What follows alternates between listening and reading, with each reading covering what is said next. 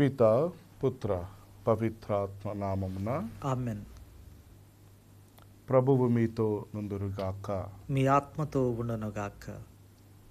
పునీత మత్తయి గారు రాసిన పవిత్ర సువిశేషములోని భాగము. ప్రభువా మీకు మహిమ కలుగునుగాక. మత్తయి శుభవార్త 5వ అధ్యాయము పవిత్ర వచనములు 13 నుంచి 16 వరకు. మీరు భూమికి ఉప్పు వలె ఉన్నారు.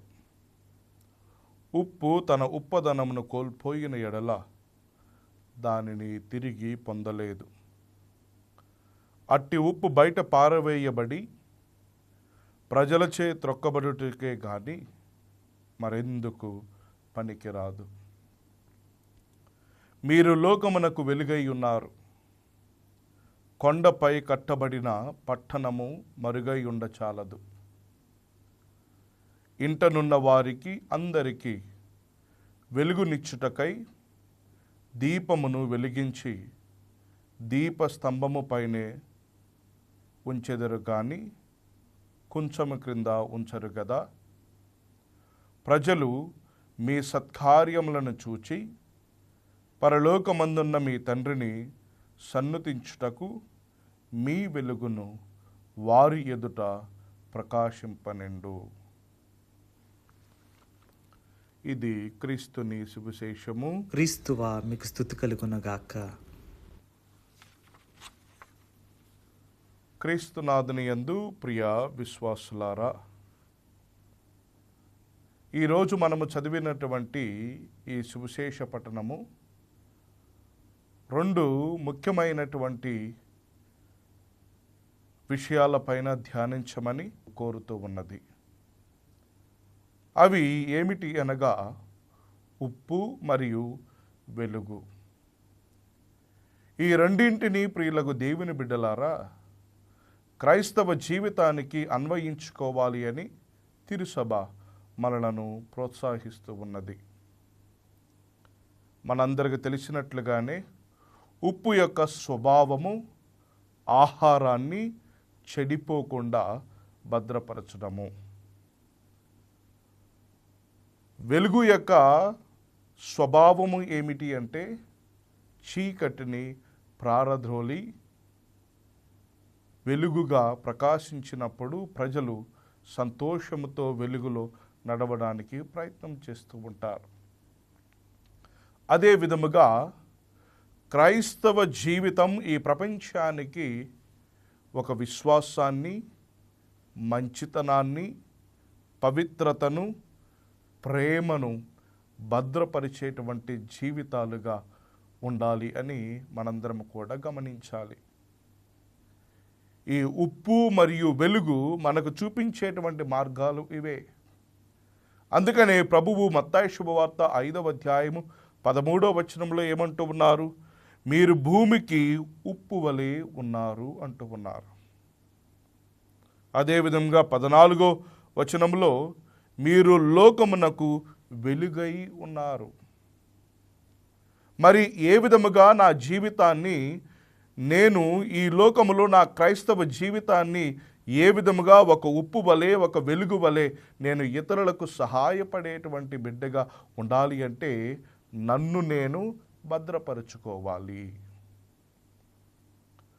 ప్రియులకు దేవుని బిడ్డలారా, మన క్రైస్తవ జీవితానికి ఒకసారి అన్వయించుకున్నట్లయితే ఉప్పు ఏ విధముగానైతే ఆహారాన్ని చెడిపోకుండా భద్రపరుస్తూ ఉన్నదో మనము కూడా విశ్వాసాన్ని భద్రపరుచుకోవాలి.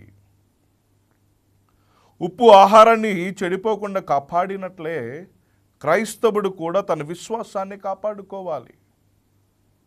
అది ఏ విధముగా కాపాడుకోవాలి అని మనం ఆలోచన చేసినట్లయితే, ఒకటి, మనము చేసేటువంటి ప్రార్థన ద్వారా, మనము వినేటువంటి దేవుని యొక్క వాక్యము ద్వారా, మనము పాలు పంచుకునేటువంటి పరిశుద్ధ దివ్య బలి ద్వారా మనలో ఉన్నటువంటి విశ్వాసాన్ని భద్రపరచుకోవచ్చు. అందుకని మనకు ఒక మంచి ఉదాహరణగా దానియేలు గ్రంథంలో 6వ అధ్యాయం కనుక మనము చదివినట్లయితే, దానియేలు ఉన్నటువంటి రాజ్యములో ఆ రాజు ఒక ఆజ్ఞని ఇచ్చినప్పటికీ కూడా తన ప్రార్థన జీవితాన్ని ఎప్పుడు కూడా ఆపలేదు.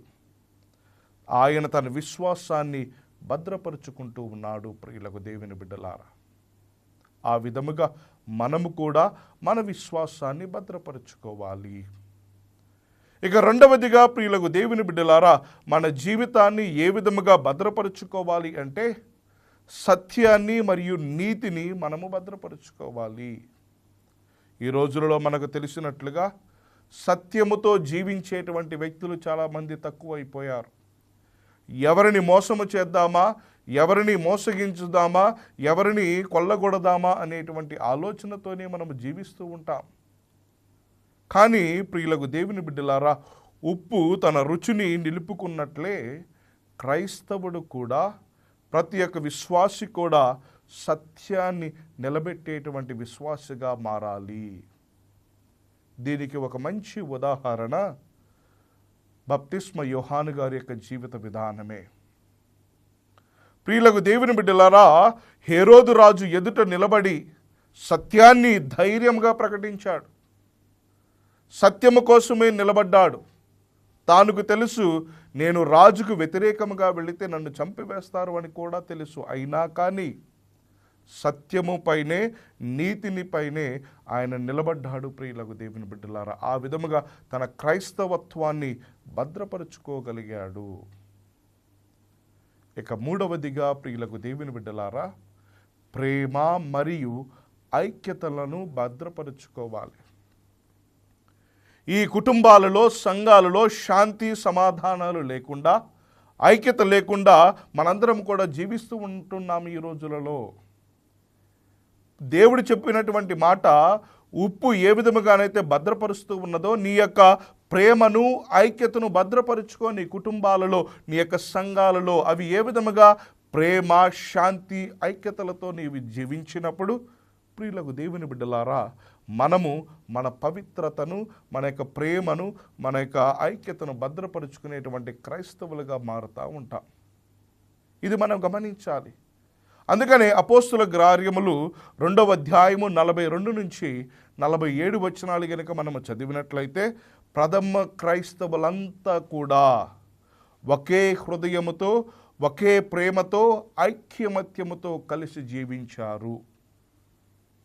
ఈ విధముగా మనము కూడా జీవించాలి. ప్రియులకు దేవుని బిడ్డలారా, మన విశ్వాసాన్ని భద్రపరుచుకున్నట్లే, మన యొక్క సత్యాన్ని, నీతిని భద్రపరుచుకున్నట్లయితే, ఆ ప్రేమ, ఐక్యతను భద్రపరుచుకున్నట్లే మన అందరి యొక్క జీవితంలో క్రైస్తవ జీవితానికి ఒక సోపానాలుగా మారుతూ ఉంటాయి. అది గుర్తుపెట్టుకోవాలి. ఆ విధముగా కొంతమంది పరిశుద్ధుల జీవితాన్ని జీవించి ఇతరులకు వెలుగుగా తమ యొక్క జీవితాన్ని భద్రపరుచుకొని జీవించినటువంటి వ్యక్తులలో మొట్టమొదటి వ్యక్తి మనందరికీ తెలిసినట్లుగా పునీత మదర్ తెరీసా గారు. ఈ పునీత మదర్ తెరీసా గారు ఆమె పేదలలో క్రీస్తును చూచి ప్రేమను భద్రపరిచింది. ప్రతి ఒక్క పేదవాడి యొక్క హృదయంలో, తమ యొక్క కళ్ళలో ప్రభువుని చూచింది.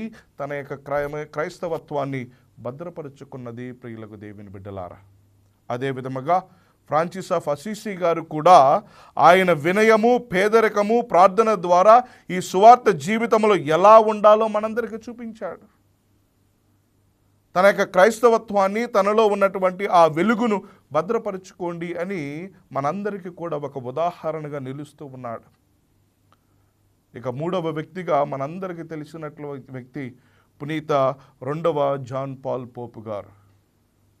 ఆయన కూడా ప్రియులకు దేవుని బిడ్డలారు ఎన్నో కష్టాల మధ్య కూడా విశ్వాసాన్ని, ధైర్యముతో కాపాడుకొని యువతను క్రీస్తు వైపు నడిపించినటువంటి వ్యక్తులు మనందరికీ కనబడుతూ ఉన్నాడు.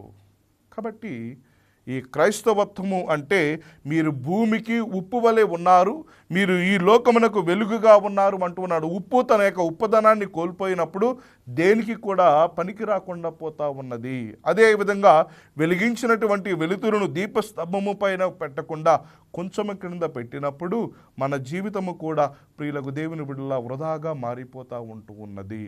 కాబట్టి ఈ యొక్క వ్యక్తులు మనకు ఒక ఉదాహరణగా ఉంటూ ఉన్నారు. మనము మన యొక్క విశ్వాసాన్ని భద్రపరుచుకుంటూనే ఇతరులకు వెలుగును చూపించినటువంటి బిడ్డలుగా మన యొక్క క్రైస్తవ జీవితాన్ని ముందుకు నడిపించుకునేటువంటి బిడ్డలుగా మన జీవితాలు మారాలి అని ఎల్లప్పుడూ కూడా ప్రార్థన చేసుకుందాం.